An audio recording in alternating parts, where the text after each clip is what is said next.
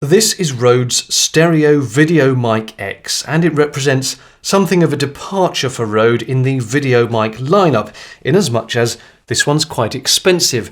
Now, prior VideoMic products have always been at the, shall we say, the value end of Rode's line. So the VideoMic Go, I think that retails for about £60 here in the UK. The VideoMic Pro, I think, is about £120. But this Stereo VideoMic X is sort of back up in the pro leagues, the pro echelons of Rode's gear, as it retails at around £500 plus sales tax here in the UK, which makes it about £600 all in. And what is it? Well, as the name implies, it is a stereo microphone. It's designed as an on-camera mic.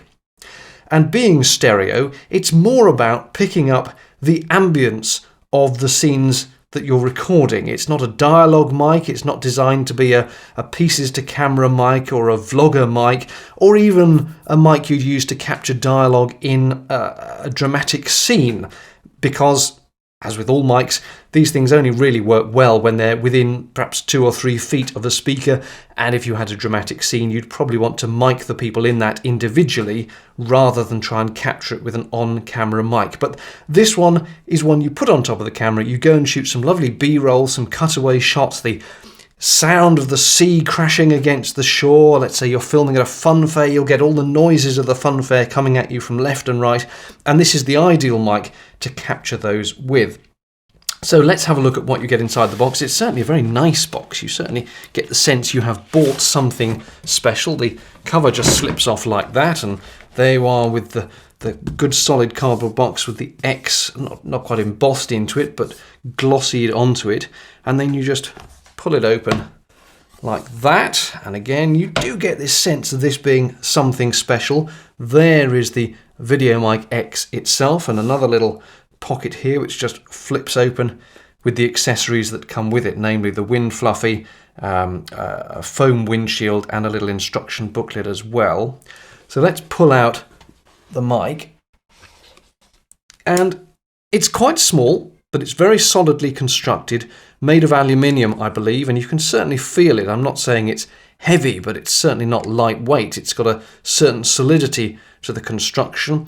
You've got buttons on the bottom here for on-off, and then various gain functions and filtering functions. You've got the normal cold shoe mount on the bottom here, and then this pair of microphones which together give you the stereo imaging, and they are mounted on these little rubber suspensions. It's actually the Rycote lyre suspension adapted for this little microphone, and it means that they can move around, and so no matter how much you joggle your camera around while you're filming, the microphone should be isolated from any of that handling noise, and they sort of will bounce that way as well as to the side.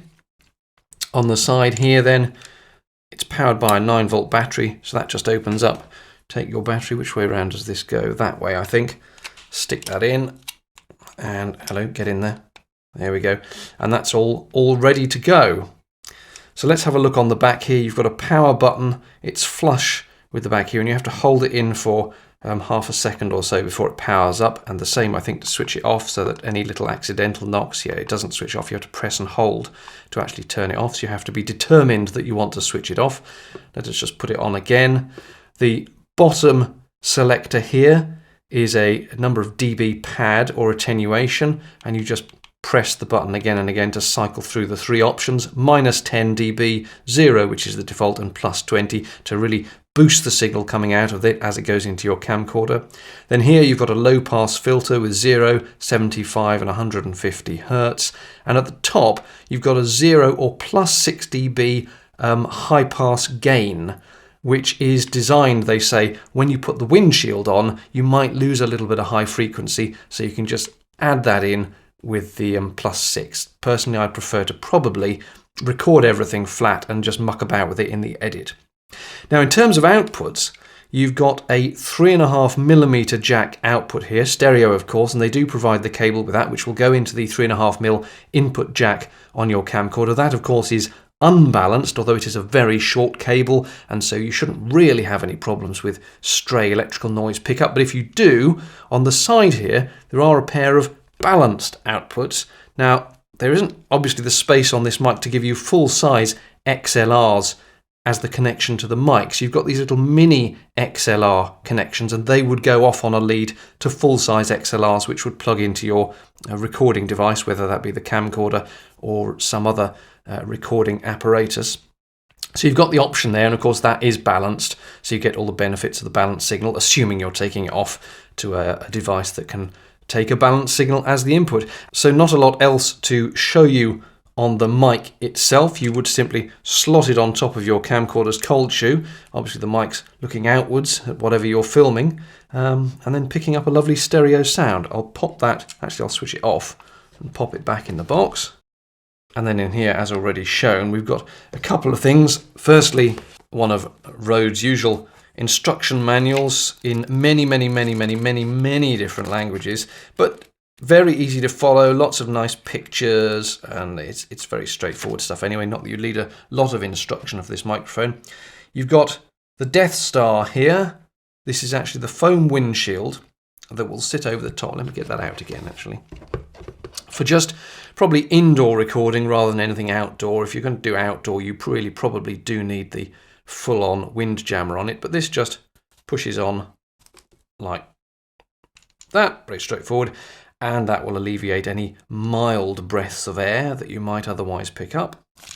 Pull that off. And then if you're going outside, they provide, well, Rode have a habit of naming their products Dead Cat, Dead Kitten. I think given the Star Wars theme of this one, this should be the Dead Chewbacca. And that, again, just pushes on there with a little bit of persuasion and should give you all the usual benefits of a good fluffy windshield. And it's when using that that they suggest you might want to consider the +6 gain on the high frequencies, because there is perhaps some loss of high frequencies going through a windshield.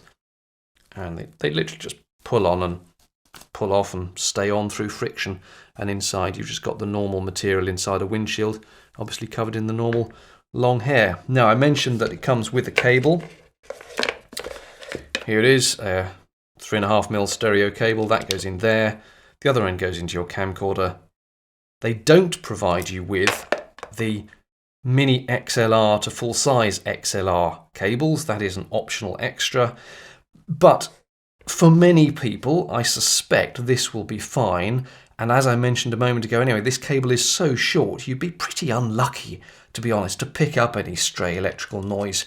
If that's on top of your camcorder, and that's just plugging straight into it, yes, you'd be pretty unlucky to pick up electrical noise on that. And in all my tests so far, it's given a very clean signal, because yes, I have to confess, I've had this out of the box already and I've had a little play with it. So that's what you get in the box. Not a huge amount, but enough, and it's what you need to get you up and running. Let me just pop that back in again. Now, I'm in the middle of doing my tests on this mic, so I haven't got a complete suite to give you at the moment, but let's pause for a moment and just hear a very brief bit. This is of a classical Steinway piano being recorded by this Rode VideoMic X, Stereo VideoMic X.